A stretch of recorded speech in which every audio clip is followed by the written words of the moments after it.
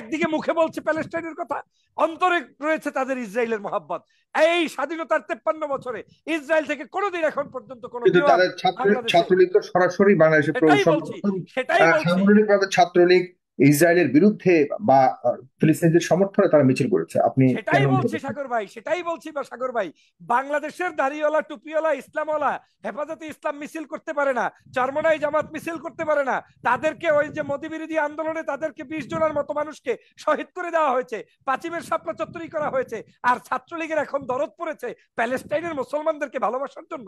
এখান থেকেই আপনাকে গ্রিন সিগন্যাল দিলাম, এই ইস্যুগুলো হচ্ছে তারা এখন ধর্ম ব্যবসাটা করবে।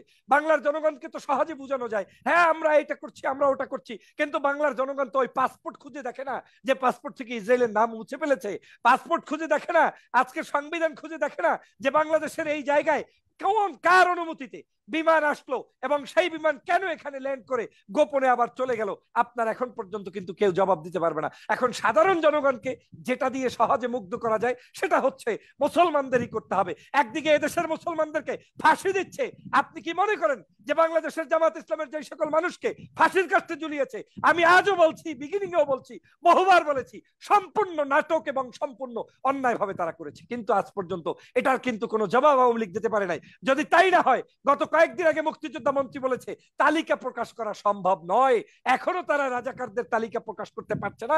তিনি বলছেন, আমি না, তিনি বলছেন, মোজাম্মেল সাহেব, তিনি বলছেন, মোকাম্মেল নাকি নাম, তিনি মুক্তিযোদ্ধা মন্ত্রী, তিনি বলেছেন যে এখন তালিকা করতে গেলে তালিকায় আমাদেরই আত্মীয় স্বজন, আমাদেরই ওই পরিচিত লোকজন এসে পড়ে যায়, তাই এখানে যাচ্ছে না। যদি তাই হয়, আর যদি এটাই সত্য হয়, তাহলে ওই জামাতের নিজামী, সাইদি, মুজাহিদ, কাদের মোল্লা, এদেরকে কেন আপনি ফাঁসি দিলেন? তারা কারো না কারো আত্মীয় ছিল না বিদায় তাদেরকে আপনি ফাঁসির কাস্টে ঝুলাতে পেরেছেন। আর আপনারা আওয়ামী লীগের সবাই বেয়াই আত্মীয় স্বজন, মামা, চাচা, শ্বশুর, সে কারণে আপনি তাদেরকে ফাঁসির কাস্টে ঝুলাতে পারবেন না, এটা তো হতে পারে না। সেজন্যই বলেছি এই শাহবাগের সৃষ্টি, এই আওয়ামী লীগের যত অপতৎপরতা, মুক্তিযুদ্ধ বিষয় কিংবা এই রাজাকার ইস্যু, সবকিছুই হচ্ছে রাজনৈতিক একটি তকমা, এটা দিয়ে তারা স্বার্থ তারা কিন্তু হাসিল বিএনপি করেছে। রাজনীতি তাহলে কি? বিএনপি আপনার গতকালকে ওবায়দুল কাদেরের একটা বক্তব্য যদি আপনি দেখেন, তিনি বলছেন যে দ্বিগুণ শক্তি নিয়ে ঝাঁপিয়ে পড়তে হবে, মানে বিএনপি কে দমন করার জন্য, জামাত বা বিরোধী মতের মানুষদেরকে দমন করার জন্য দ্বিগুণ পরিমাণ শক্তি প্রয়োগ করবে। তিনি উল্লেখ করে বলেছেন যে 28শে অক্টোবরের দিকে আপনারা দেখেছেন না, তারপরে উল্লেখ করেছেন যে বিগত দিনে আপনারা দেখেছেন না যে আপনাদেরকে কিভাবে করা হয়েছে। তো জেলে যদি যেতে চান, মানে এখন নতুন করে আবার জেলে ঢুকাবে সকল নেতাকর্মীকে, সেটা শুধুমাত্র সেই 28শে অক্টোবরের চিত্র দেখলে হবে না, তার চেয়ে ভয়ানক ভাবে চিত্র রচিত করা হবে, দ্বিগুণ পরিমাণ শক্তি প্রয়োগ করা হবে। তাহলে দেখেন, বাংলাদেশে আমরা যে এতদিন পর্যন্ত বলে এসেছি যে এই দেশটা একটি সন্ত্রাসের রাজত্ব চলছে, এখানে কোনো রাজনীতিবিদদের কোনো স্থান নেই, রাজনীতিবিদের ভাষা এটা হতে পারে না। তাহলে আপনারা যারা সংবাদ মাধ্যমে এতদিন বলেছেন, আমরা যারা বিভিন্ন টকশোতে বলেছি যে বাংলাদেশে নির্বাচনকে কেন্দ্র করে এই রেল লাইনে আগুন দেয়া, তারপরে বাছে ময়দানে আগুন দেয়া, বিভিন্ন জায়গায় নাটক সাজানো, তারপর বিএনপি সহ নেতাকর্মী সহ প্রায় 25,000 নেতাকর্মী এই শুধু নির্বাচনের আগে 1 মাস তাদেরকে সেখানে গ্রেপ্তার করে জেল হাজতে প্রেরণ, লক্ষ লক্ষ মানুষের বিরুদ্ধে মামলা, এর সবকিছু কিন্তু ওবায়দুল কাদেররা বহুবার আগেও স্বীকার করেছে, গতকালকের বক্তব্য দিয়ে আরো স্পষ্ট হয়েছে। তার মানে তিনি স্বীকৃতি নিচ্ছেন যে পূর্বে যা করেছি তার চেয়ে দ্বিগুণ শক্তি নিয়ে আরো দমন করা হবে। রাজনীতি কি আজকের এই দমনের নাম? রাজনীতি কি আজকের এই নিপীড়নের নাম, যে আপনি ইচ্ছা কারণ মতো? তিনি আজকে বলেছেন যে আবারও বিএনপি নতুন করে নতুন ফন্দি আটছে এবং বিএনপি আবারও দেশের বিরুদ্ধে কাজ করার জন্য প্রস্তুতি নিচ্ছে, যে কারণে আসলে বিএনপি কে থামাবার জন্য, কারণ ডোনাল্ড লু আসছে, সেই আনন্দে আত্মহারা আপনারা। যদিও এখানে বিএনপির কেউ, সাগর ভাই, আত্মহারার কেউ নাই, এখানে কেউ আত্মহারা নিয়ে বিবৃতিও দেয় নাই, সব বিবৃতি কিন্তু ওবায়দুল কাদের একাই দেয়।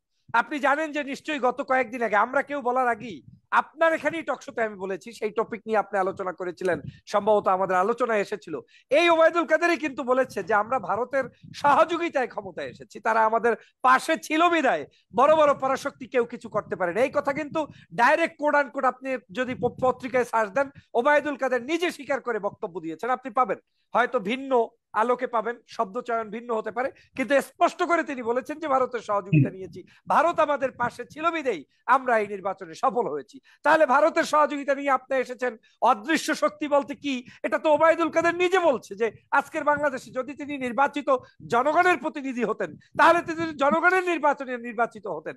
ভারতের সহযোগিতার তো প্রয়োজন নেই, আমেরিকার সহযোগিতার তো প্রয়োজন নেই, আপনার অন্য অন্য কোনো কিন্তু দেশের অদৃশ্য সহযোগিতার শক্তি প্রয়োজন বলতে নেই। তাহলে জনাব ফখরুল ইসলাম আলমগীর কাদেরকে বুঝিয়েছে আপনি যেটা? না, ফখরুল ইসলাম আলমগীর সাহেব একজন বিএনপির পার্টির মহাসচিব, তিনি তার বক্তব্যের মধ্যে অনেকগুলো বৈশিষ্ট্যময় বক্তব্য দিতে পারেন। তার এই অদৃশ্য ওই বক্তব্যের সমসাময়িক সময়ে তিনি কোনটা মিন করতে পারেন সেটা তার মেধার মধ্যে থাকতে পারে। আপনি কি মনে কিন্তু করেন যে আওয়ামী লীগ আসলে না, জনগণের ভোটের মাধ্যমে আসেনি, অদৃশ্য শক্তির মাধ্যমে এসছে, বা দেশ কি প্রশ্নই আসে চাচ্ছে না, অদৃশ্য শক্তি? প্রশ্নই আসে না, প্রশ্নই আসে না। ভোটের মাধ্যমে যদি আসে তাহলে বাংলাদেশের 98% people they boycott this election.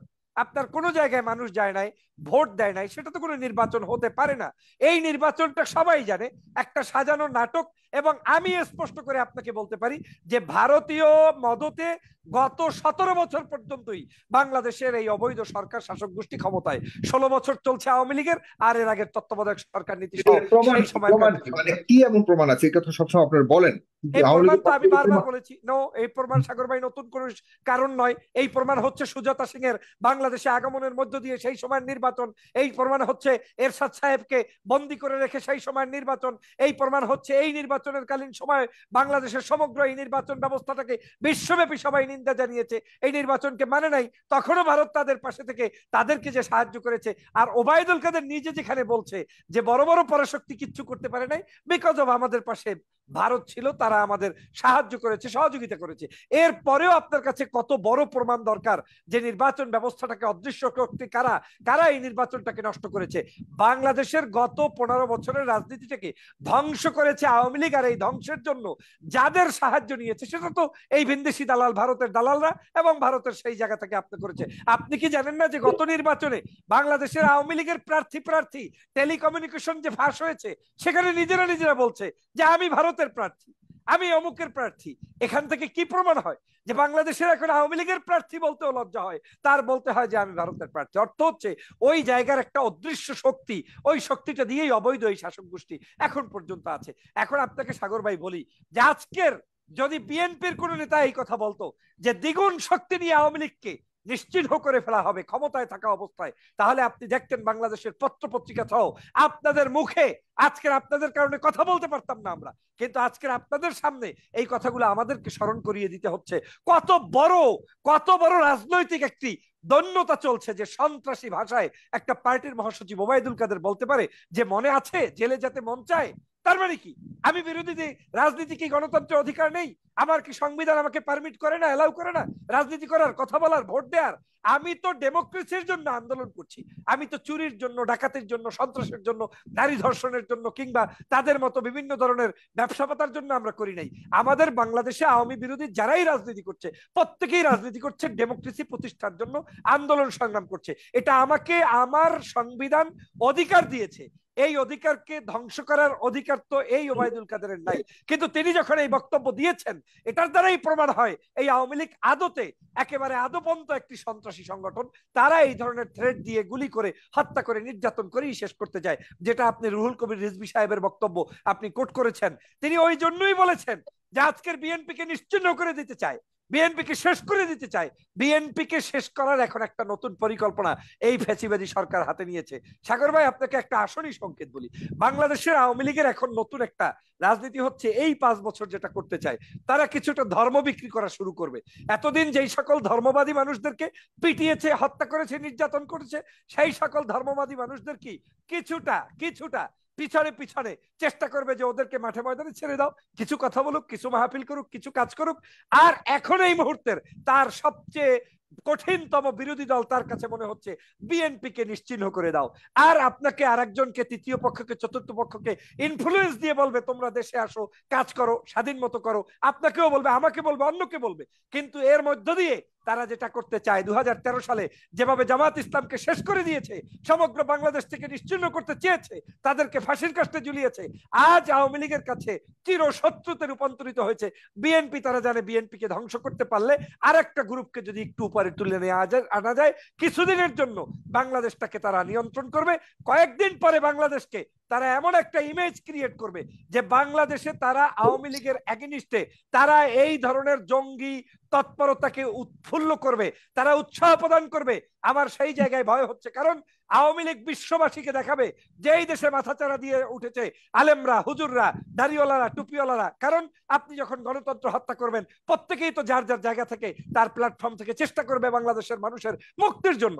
এখন তখন এই মুক্তির মিছিলে যদি হুজুর এগিয়ে থাকে, আলেম এগিয়ে থাকে, তাদেরকে বিক্রি করে আবার ক্ষমতায় থাকার জন্য ওই ইউরোপ আমেরিকা সব জায়গায় গিয়ে বলবে যে বাংলাদেশে আমাকে না রাখলে তোমাদের আর কোনো গতি নাই। আজ এমন একটা কঠিন পরিস্থিতির মধ্যে বাংলাদেশ বিরাজ করছে যে আমাদের মধ্যে, মানুষদের মধ্যেই আপনি বুঝতে পারবেন না যে কখন কাকে কোন জায়গায় তারা ডাইভার্ট করার চেষ্টা করছে। এক কথায় এই রাজনৈতিকটাকে চরমভাবে কলুষিত রাজনীতি করছে এই ফ্যাসিবাদী সরকার।